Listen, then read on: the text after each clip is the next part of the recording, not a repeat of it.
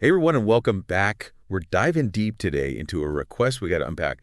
Chapter 5 of Masterful Care of the Aging Athlete. And wow, let me tell you, this chapter is jam-packed with insights on maximizing nutrition for us masters athletes. It really is. It emphasizes that as we age, fueling for performance, it's not just about hitting those macros. You know what I mean? It's about supporting your overall health and energy levels so you can keep crushing those workouts for years to come. Okay, so the book talks a lot about eating a variety of foods, all 5 food groups, Yeah. the classic My Plate visual we've all seen. Right. They recommend aiming for 90% of your calories coming from quality whole foods. It's all about balance, making sure you're getting those nutrients your body needs. But I'm curious, what are some of the unique challenges that masters athletes face when it comes to nutrition? That's a great question. You see, as we age, our metabolism naturally slows down, muscle mass can decline, and we might be more susceptible to things like inflammation and joint issues.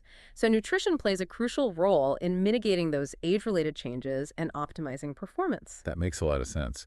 So let's break down the key players in our nutritional toolkit, starting with carbohydrates. I know they're a crucial fuel source for athletes, but the book dives into some interesting nuances about carb timing, stuff that I had never heard before. Exactly. This idea of strategic high-sugary food timing really caught my eye. It's not just about how many carbs you eat, but also when you eat them. For example, did you know that having carbs 3 to 4 hours before a competition can actually help optimize those muscle glycogen stores? Wait, so you're telling me that eating carbs a few hours before a workout can actually boost my performance? I always thought the focus was on what you eat after. What is these muscle glycogen stores anyway? Good point. It seems counterintuitive. But fueling up your muscles beforehand is key. Think of muscle glycogen as your body's primary energy reserve. It's like filling up your gas tank before a road trip. And as we get older, our bodies might not be as efficient at storing and utilizing glycogen. So strategic timing becomes even more important. That's a great analogy. So how many carbs should we be aiming for?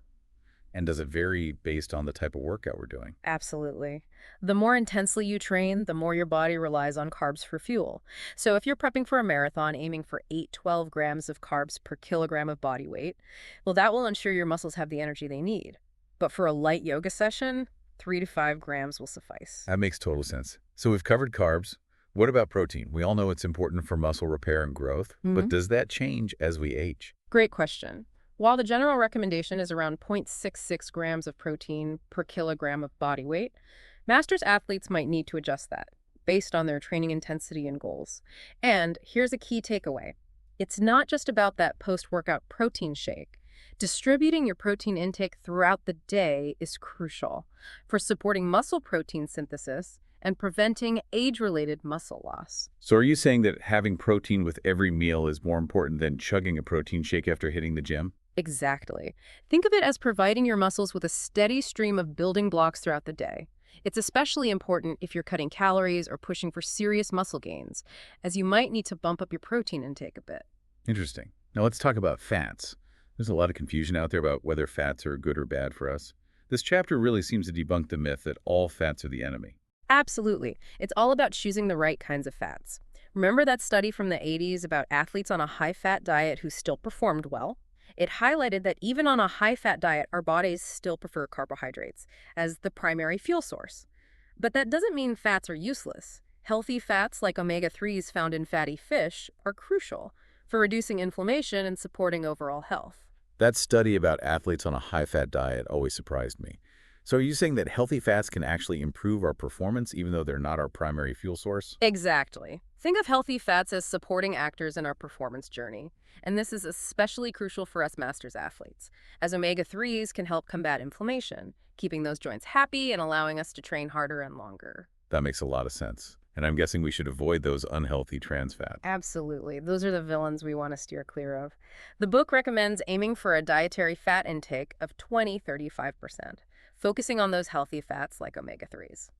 Now let's move on to some often overlooked but equally important nutrients. Micronutrients. All right, micronutrients. They're important, but I have to admit, I don't know a ton about them.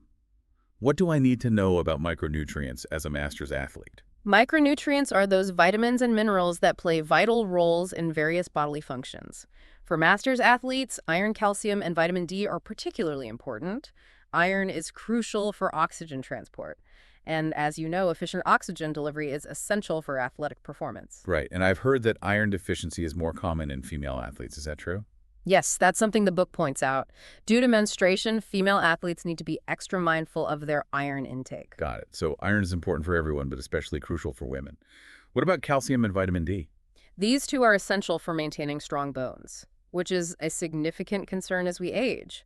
The recommended daily intake of calcium is 1,500 milligrams, and for vitamin D, it's 1,500 to 2,000 IU. So strong bones for strong workouts. Now, let's not forget about hydration. We all know it's important. But is there anything specific Masters athletes should keep in mind? Hydration is absolutely crucial, and it goes beyond just drinking water throughout the day. The book recommends consuming 17 ounces of fluid 2 hours before training to ensure you're adequately hydrated going into your workout and during exercise, especially endurance activities. Replacing those sweat losses with fluids containing electrolytes is key to maintaining electrolyte balance, preventing dehydration, and ensuring optimal performance. So it's not just about how much we drink, but also what we drink, especially during those longer workouts. All right, let's move on to a topic that always generates a lot of buzz: supplements. What does the book say about supplements for Masters athletes? The book focuses primarily on whey protein and fish oil. Whey protein is a great option, especially post-workout, because it's readily absorbed and contributes to muscle protein synthesis. I've heard that whey protein can help with muscle recovery. Is that true? Yes, that's right. It provides those essential amino acids your muscles need to repair and rebuild after a tough workout. Okay, so whey protein for muscle recovery. What about fish oil? Fish oil is known for its anti-inflammatory properties. Thanks to those omega-3 fatty acids we talked about earlier, it can be particularly beneficial for aging athletes by helping manage inflammation and potentially even improving joint health. So whey protein for building muscle and fish oil for keeping things running smoothly. What else should we know about supplements? It's important to remember that supplements should complement a healthy diet, not replace it. They're like the supporting cast, not the lead actors. That's a good way to put it. They're there to enhance our overall nutrition, not make up for a poor diet. All right, let's wrap up this section with one final topic that many athletes are curious about: caffeine. Caffeine is a popular stimulant, and for good reason. It can enhance alertness and boost performance. But the key, as with most things, is moderation. The book recommends an intake of 3 to 9 milligrams of caffeine per kilogram of body weight, which is roughly equivalent to 1 or 2 cups of coffee. So a cup of coffee before a workout can be beneficial, but too much caffeine might backfire? Exactly. Exceeding the recommended amount might not provide additional benefits and could even lead to negative side effects like jitters, anxiety, or trouble sleeping. That's good to know. Yeah. It's all about finding that sweet spot. So we've covered a lot of ground here, from carbs and protein to fats, micronutrients, hydration, supplements, and even caffeine. It's fascinating how all these pieces fit together to impact our performance as Masters athletes. Now let's move on to something I'm really curious about: how what we eat before, during, and after a workout can affect our performance and recovery. That's a great transition. Let's dive into that now. You know, one of the most fascinating things I learned in this chapter is this idea of pre-exercise carbohydrate infusion. It might sound kind of complicated, but it's really just about strategically timing your carb intake to optimize your energy levels during a workout. Yeah, that idea really stuck with me too. Like, I never thought about how what I eat hours before a workout could have such a big impact. Exactly. It's like giving your body a head start. Remember those muscle glycogen stores we talked about earlier? Eating carbs 3 to 4 hours before competition, well, it helps top those off so you have readily available energy to power through your workout. It's especially important for us Masters athletes, as our bodies might not be as efficient at storing and utilizing glycogen as we get older. So it's like pre-gaming for our muscles. I love that analogy. Yeah. But the book also stresses that what we eat during and after exercise is just as important. What insights stood out to you in those areas? Well, during those longer endurance sessions, maintaining those carbohydrate levels is key. Think about it like this. You wouldn't start a long car trip with a half-empty tank of gas, right? Right. Same goes for your workouts. Keeping those energy levels topped up throughout a workout can actually improve your performance by delaying fatigue and enhancing central nervous system functioning. Yeah, so basically, if I'm running a marathon, I need to make sure I'm fueling up with carbs throughout the race, not just at the beginning. Exactly. And when it comes to recovery, the book emphasizes that post-exercise carbohydrate consumption is crucial for muscle repair and glycogen replenishment. It's like refueling your car after that long drive. All right, so carbs are important before, during, and after a workout. What about protein? I know it's crucial for muscle repair and growth, but how does that tie into workout timing? The book recommends combining carbs with protein after a workout to help kickstart muscle protein synthesis. It's like providing your muscles with the building blocks they need to repair and rebuild. They actually recommend an intake of 0.4 grams of protein per kilogram of body weight, combined with carbs, for optimal recovery. So it's not just about chugging a protein shake after a workout. It's about getting the right balance of carbs and protein for optimal recovery. Is that right? That's exactly it. They work together to replenish glycogen stores and rebuild muscle tissue, helping you recover faster and get back to training sooner. It's fascinating how everything is so interconnected. This whole deep dive has really opened my eyes to the importance of a holistic approach to nutrition. It's not just about what we eat, but also when we eat it. I agree. And the best part is that with just a few simple tweaks to our eating habits, we can see real improvements in our performance and recovery. It's empowering. Absolutely. And now for the big question, and this is one for you listening at home too. Knowing all this, what one change could you make to your diet today to improve your athletic performance? Think about your upcoming workouts, your goals, and what area we discussed resonated most with you. That's a great question. For me, it would be being more mindful of my protein intake throughout the day. Not just after workouts. I tend to have protein-rich meals, but I could definitely do a better job of incorporating protein into snacks as well. I think that's a great goal. I know I'm guilty of sometimes forgetting about protein outside of my main meals. So spreading out protein intake and being mindful of pre-workout carb timing. Those are two great takeaways. Definitely. And remember, these are just starting points. The best approach is to experiment and see what works best for your body and your training goals. This has been a truly enlightening deep dive into the world of nutrition for masters athletes.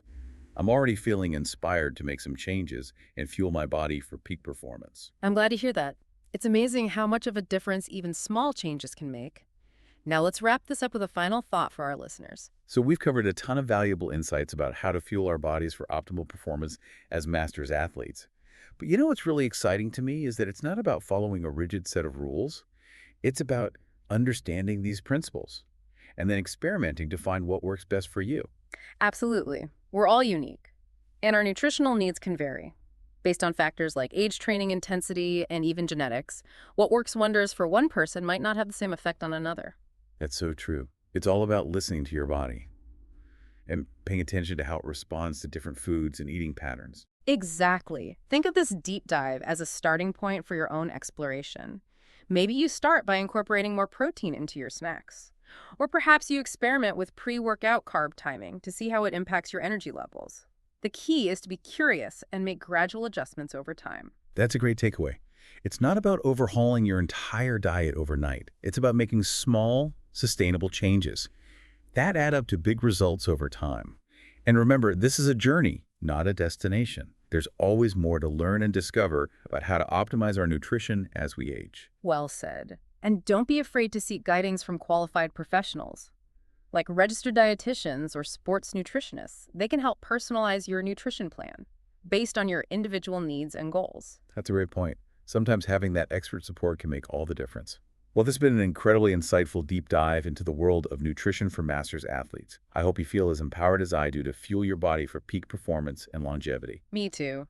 It's amazing how much control we have over our health and well-being through the choices we make about what we eat. Absolutely. So to everyone listening, keep learning, keep experimenting, and keep crushing those workouts.